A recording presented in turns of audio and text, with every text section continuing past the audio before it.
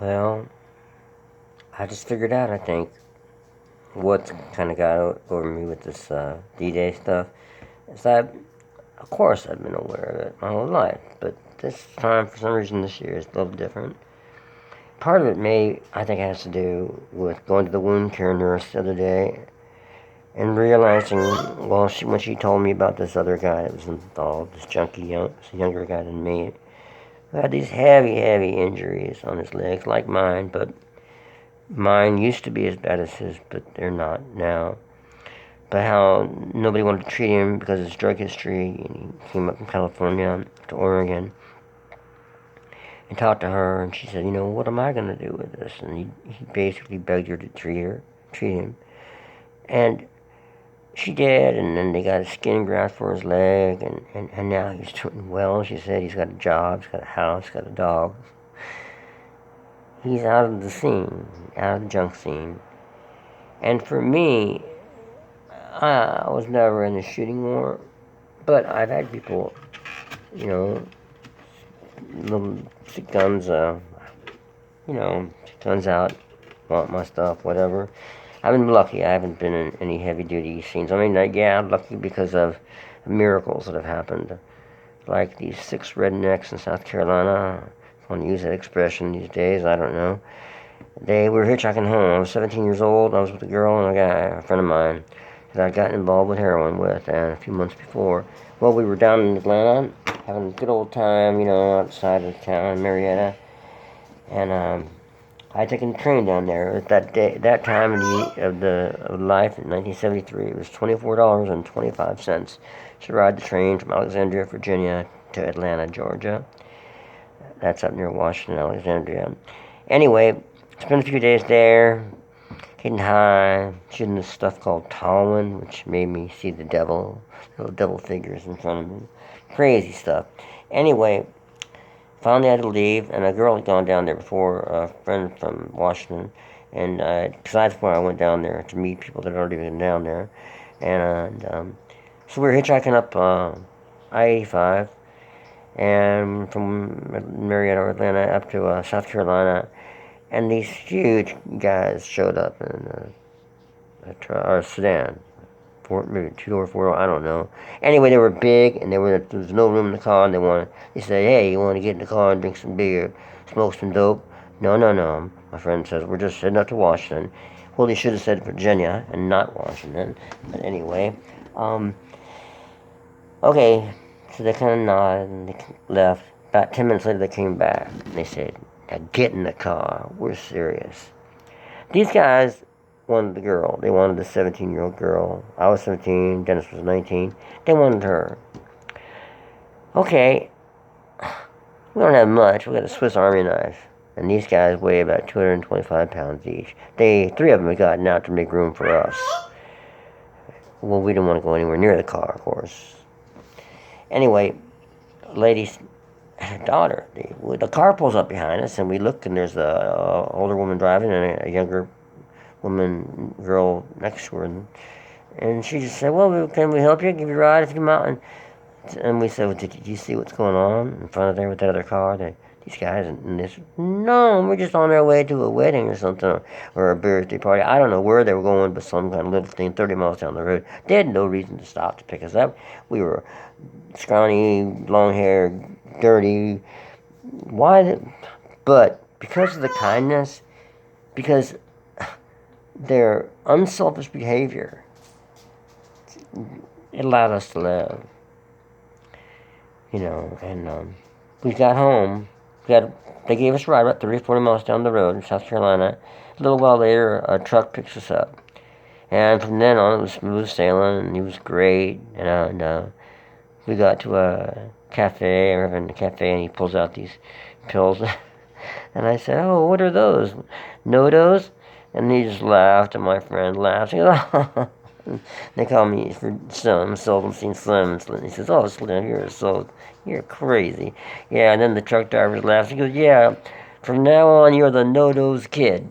So, for the next few hours, that's what I was known as the No-Dose Kid, because most certainly they were not No-Dose. They were whites, of course. And a couple of years later, I actually spent I got paid $100 with my Mexican partner. He got $100 too.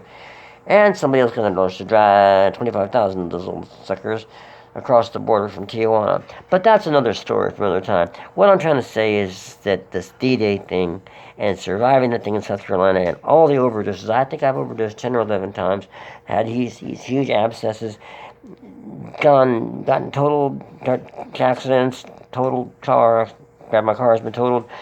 A lot of stuff has happened in 67 years, and it happens to everybody that lives this long. But why me? Why have I survived? Why, when so many others haven't? And that's what a guy I know in Mississippi, R.L. Burnside's old guitar player that played in that trio thing after I did. And he said, he's glad to see that I'm still breathing because he'd asked this record producer that he'd just seen that was helping me with hopefully a CD with RL and I of some material that I found. And anyway, he's helping us get that together with the Burnside family. But so Kenny says, you're just lucky you're still breathing. So many other people aren't. And I guess that's kind of one of the things that you see these D-Day things and these people that have gone back, these last few veterans, and how they ask us. And I'm not trying to equate what my experience is in any way, the horrible things that I did to myself with the incredible unselfish thing that they did. So that's not what I mean. I just mean that the odds of surviving what I survived and what I was doing, were really small. If I look back on it, and I had hepatitis, had pneumonia, I had all kinds of different stuff, much less. I spent over 100 days in the hospital in 2012, and more days in 2013, other days after that. One abscess after another from missing veins, just a lot of stuff. Been busted with several times, but especially once in Seattle where, fortunately, that time the stuff was not real. This girl did some fake dope and sold it to a narc, and it's still illegal, but it's not as bad as the real thing. So luckily I didn't have to go to prison over that, because it was a conspiracy to distribute narcotics, possession and distribution, and they didn't want to charge me. It wasn't worth it to them. But the point is that why me? Why am I so lucky? My best friend got killed in a bike accident when I was 22. He lasted 6 months, and then they pulled the plug on him. He was real close, and somebody else that I got high with, unfortunately, the shooting dope thing. Somebody that I was with at school, he was doing some work at the school, and I was in 11th grade, and I just got into opium and heroin, and I was selling some of the opium that I got from when I got high with it, and these people I was running with giving me to sell at school, which of course is not cool, but they busted me for that, and Steve was there for that, and kind of helped me through that. Anyway, I'm one hell of a lucky person to still be alive, and that's all I'm saying. And that incident with that thing in South Carolina, it's just one, of too many crazy incidences that happened with in Tijuana. They could have easily busted us when we crossed the border. FedEx deliveries of dope from California to wherever, or the Greyhound on the ground. It's just one stupid thing after another. And to not have to go into prison, to still be relatively healthy at 67, to not have died of an overdose, when so many people have had that happen to them and are no longer with us. And I feel the only thing left is to try to do something decent and be appreciative of my life, being alive. That's one of the reasons I'm doing these videos. I'm just trying to give back something. And the animals, I have to, do better by them, take better care, all that stuff. Take better care of my partner, take better care of my health, and not take anything for granted. And it's not the war that people in World War II fought or any other war, but it was my own private war that I decided to start within myself. And 20 years ago, I made peace with that when I accidentally killed a bird because I was let it do something. I let it sleep on a futon rail, and it got kind of underneath me. And the reason I let that happen was a stupid judgment from being on methadone, which I was on because of heroin. And when Baluna was a very cool bird, when she got killed in that situation, I had been chipping dope off and on, even though I was on methadone. But right then and there, I swore over her limp, dead body, and with the two other live birds, I said, never again am I touching fucking heroin. It's out of the picture. It's gone. And I talked to Rosalia's mom a little while later after that. She figured Bella Luna was an angel from heaven. She came down for 6 years. This had to happen.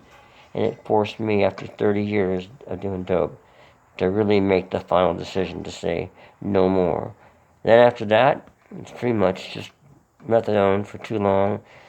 And now this other thing, buprenorphine. But, there's no, with the narcotic blocker, there's no more, running around hustling, I wasn't stealing from people. I had my own money mostly, or selling dope or whatever. But, another example, just someone overdosed in my car in Washington, D.C. I was like, I guess, 17 maybe, 18. He just got out of work, Arlington County Jail in, across the river in Virginia. And Frankie, took us downtown, this guy and I, and first thing he does is gets the dope and ODs right in the driver's side of my little Datsun 1200. I have to pull the guy out, put him on the passenger side, find a hospital, ask, here we are in the deep, dark, nasty, heavy-duty area in Washington, D.C., find a hospital, drop him off, go, man dying, drop him off, get back, the punk in the back of my car is trying to get high, the whole thing was insane. Get home, let his partner know, Butter, what's going on, Butter, furious, to call him Butter because he was slick with a knife. One of the people that told me what would happen to me if I went to Virginia State Prison in Richmond. Not good news, Anyway, Frankie survived. Fortunately, he didn't die, or my life would have been way different.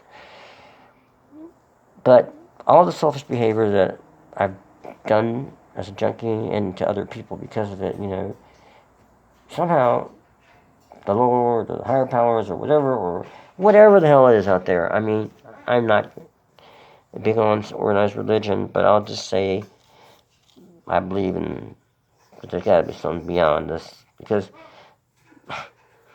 just time after time, I mean, every time I think I'm going to stop here, I think of some other stupid thing.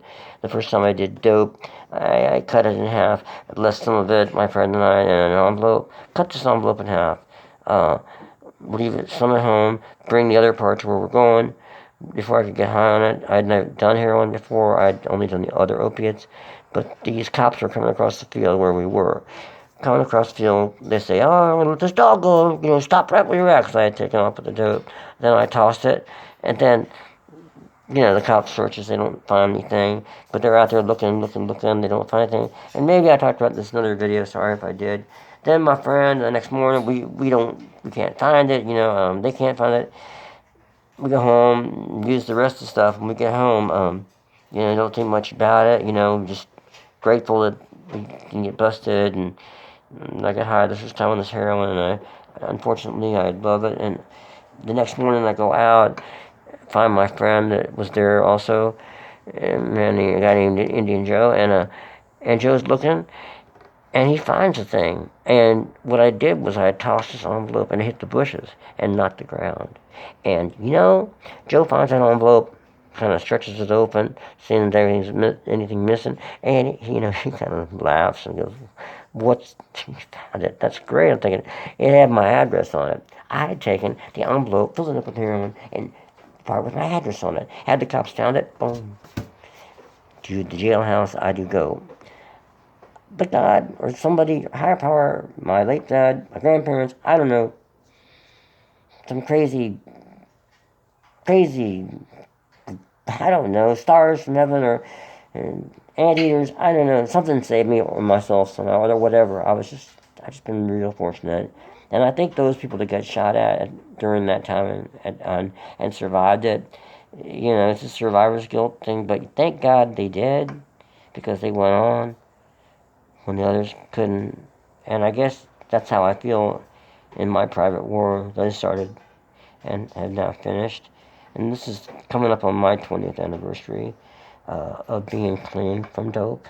So maybe that's all part of the same thing of why it's gotten to me.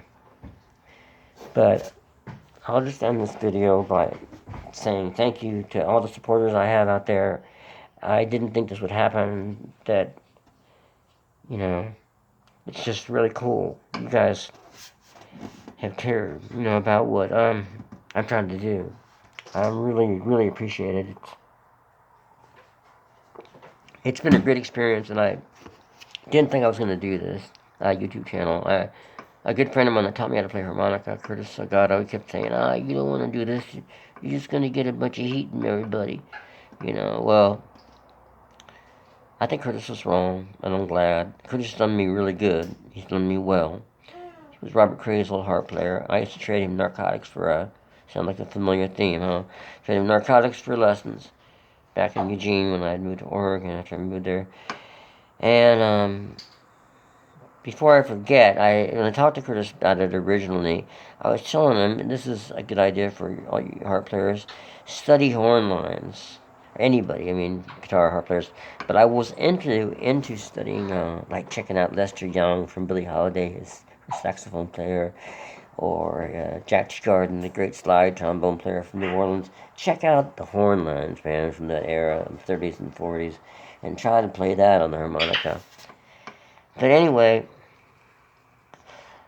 I'm just really glad I started this channel, and I'm gonna expand it into more a thing about health, and trying to give up these vape, and my animals, bring them into the picture more, and then maybe we'll do more guitar stuff and some more piano stuff. But I don't know, the harmonica.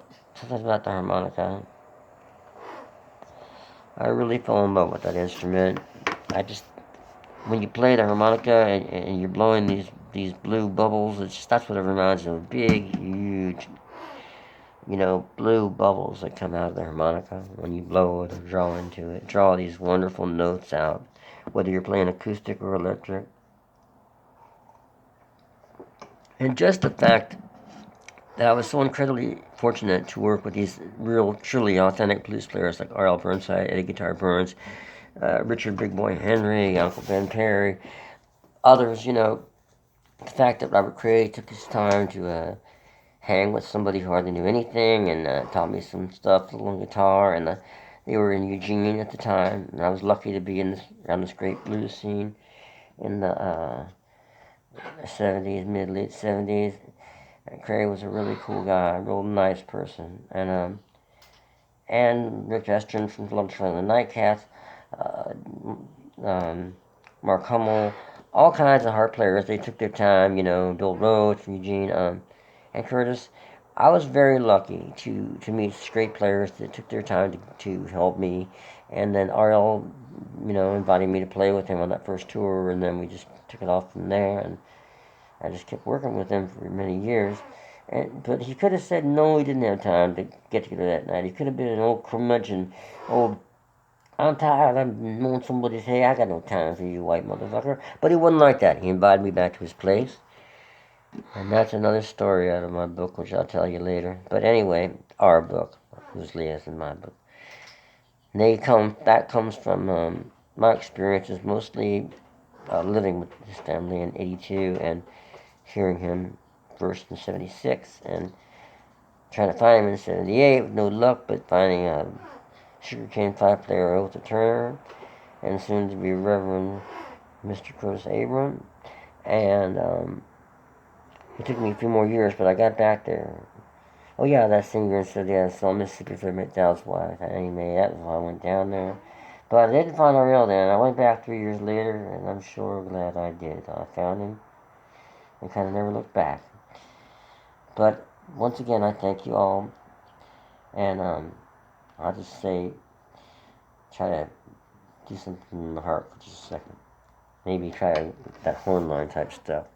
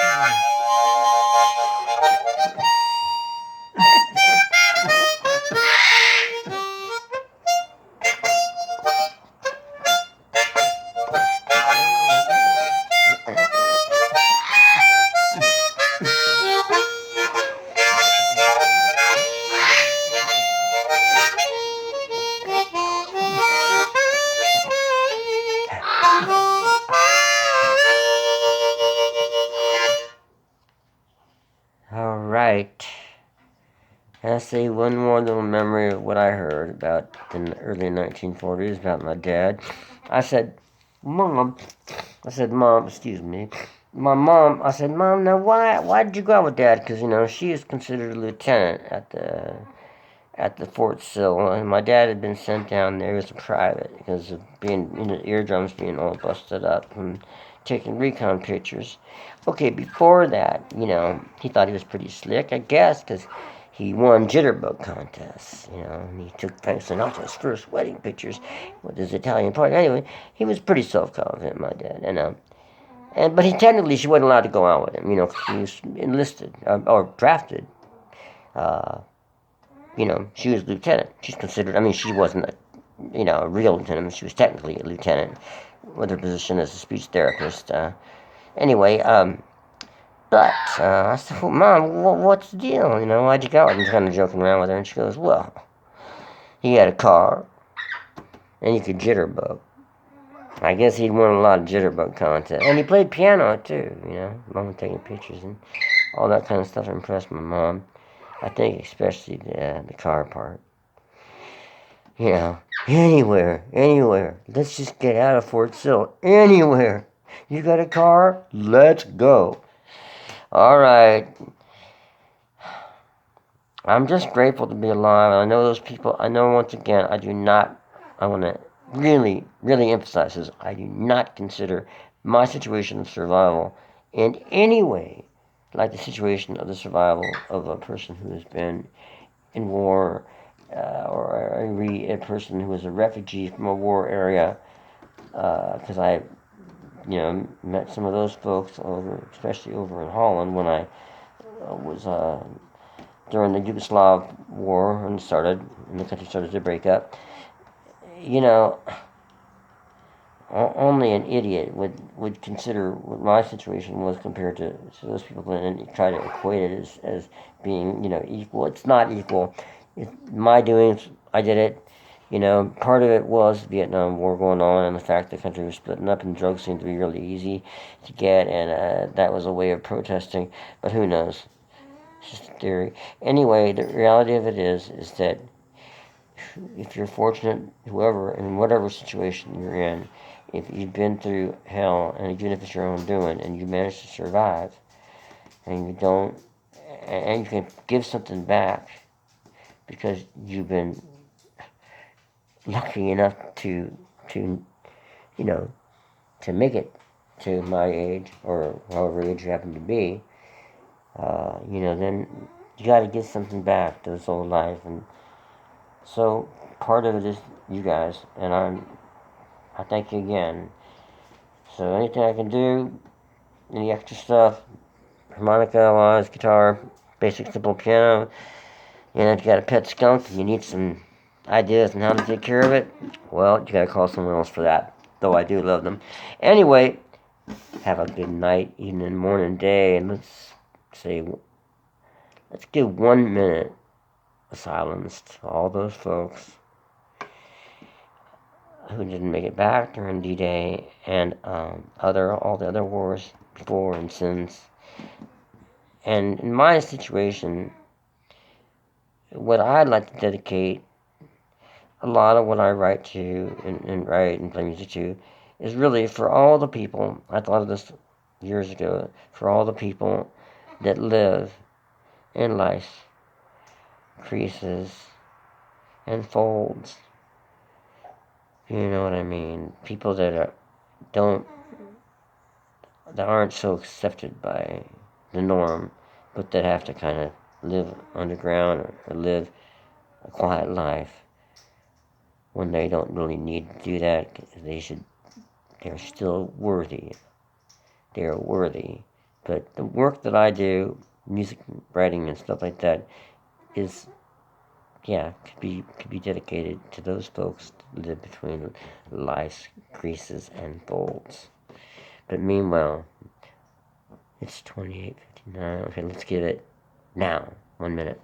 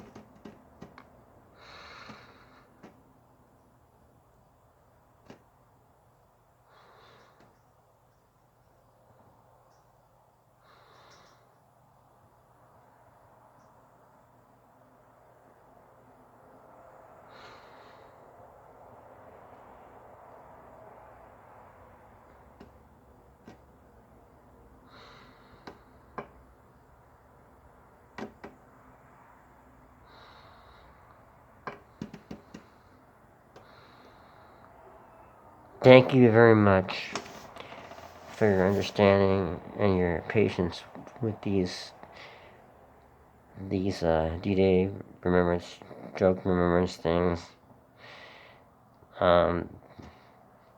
Anybody that's been involved in that scene, you know, we've all lost a lot of friends and people that we've loved deeply, and that's my prayers for them, for the people that go somewhere, pray they come back, but then they just don't. And but anyway, good night, y'all. Thank you very much.